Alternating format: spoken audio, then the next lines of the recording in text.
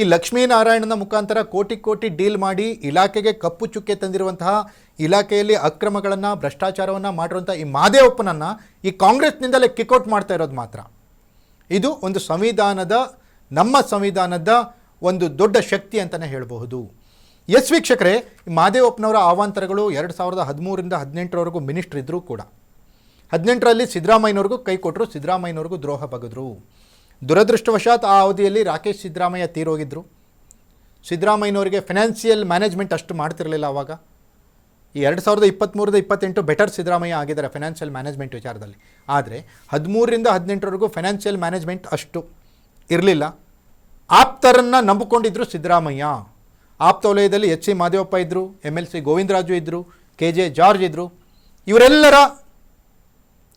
ಅವರೆಲ್ಲರನ್ನ ನಂಬಿಕೊಂಡು ಸಿದ್ದರಾಮಯ್ಯನವರು 2018ರ ಚುನಾವಣೆಗೆ ಹೋದಾಗ ಹಿನ್ನಡೆಯಾಗಿದ್ದು ಯಾಕಪ್ಪ ಅಂತಂದರೆ ಈ ರೀತಿ ಮಹದೇವಪ್ಪನಂತವರು ಕೈ ಕೊಟ್ಟಿದ್ದರಿಂದ ಅನ್ನುವಂಥದ್ದು ಕಾಂಗ್ರೆಸ್ ಹೈಕಮಾಂಡ್ಗೆ ಗೊತ್ತಾಗಿದೆ. ಹಾಗಾಗಿ 2018ರಲ್ಲೇ ಮಹದೇವಪ್ಪನವ್ರಿಗೆ ಟಿಕೆಟ್ ಕೊಡೋದು ಬೇಡ ಅಂತ ಹೈಕಮಾಂಡ್ ಹಠ ಹಿಡಿದು ಕೂತಿತ್ತು. ಆದರೆ ಸಿದ್ದರಾಮಯ್ಯನವರು ತಮ್ಮ ಪ್ರಭಾವವನ್ನು ಬಳಸಿ ತಮ್ಮ ಮಿತ್ರನಿಗೆ ಟಿಕೆಟನ್ನು ಕೊಡಿಸಿದರು. ನಂತರ ಏನಾಯಿತು? ಕಾಂಗ್ರೆಸ್ ಹೀನಾಯವಾಗಿ ಸೋಲ್ತು 2018ರಲ್ಲಿ. ಇನ್ನು 2023ರಲ್ಲಿ ಹೇಗಾದರೂ ಮಾಡಿ ಚುನಾವಣೆಗೆ ತಯಾರಾಗ್ತಾ ಇದ್ದಂಥ ಕಾಂಗ್ರೆಸ್ಗೆ ಗೆಲುವು ಒಂದೇ ಮಾನದಂಡ ಅಂತ ಆಗಿತ್ತು. ಮತ್ತು 2022-21ರ ಸಂದರ್ಭದಲ್ಲಿ ಮತ್ತೆ ಎಚ್ ಸಿ ಮಹದೇವಪ್ಪ ಸಿದ್ದರಾಮಯ್ಯನವ್ರಿಗೆ ಜೊತೆಯಾದರು. 2023ರಲ್ಲಿ ಟಿಕೆಟ್ ಗಿಟ್ಟಿಸಿ ಸಿದ್ದರಾಮಯ್ಯನವರ ಮನೆ ಬಾಗಿಲನ್ನು ಕಾದು ಹಿಂದೆ ಮುಂದೆ ಓಡಾಡಿ 2023ರಲ್ಲಿ ಮಿನಿಸ್ಟ್ರು ಆದರು. ಸಮಾಜ ಕಲ್ಯಾಣ ಇಲಾಖೆಯನ್ನು ಪಡೆದ ಮೇಲೆ ಮತ್ತೆ ನಾಯಿ ಬಾಲ ಡೊಂಕು ಅನ್ನೋ ಥರ ಅದನ್ನೇ ಮತ್ತೆ ಮುಂದುವರಿಸಿದರು. ಇದೆಲ್ಲವೂ ಕೂಡ ಹೈಕಮಾಂಡ್ಗೆ ಗೊತ್ತಾಗಿದೆ. ಯಾವಾಗ ಅಧಿಕಾರ ಹಸ್ತಾಂತರದ ಒಪ್ಪಂದ ಅನ್ನೋದು ದೆಹಲಿ ಮಟ್ಟದಲ್ಲಿ ನಡೆದಿತ್ತು ಅನ್ನೋಂಥ ಚರ್ಚೆಗಳು ಶುರುವಾಗಿತ್ತು, ಇದೇ ಮಹದೇವಪ್ಪ ಒಂದು ಹೇಳಿಕೆಯನ್ನು ಕೊಡ್ತಾರೆ.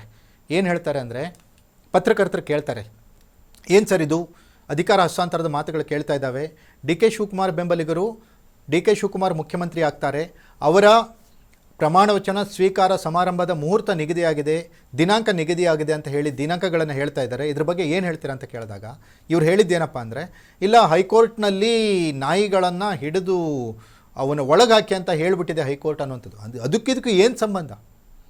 ಯಾರು ನಾಯಿಗಳು? ಹೈಕೋರ್ಟ್ ಯಾರು?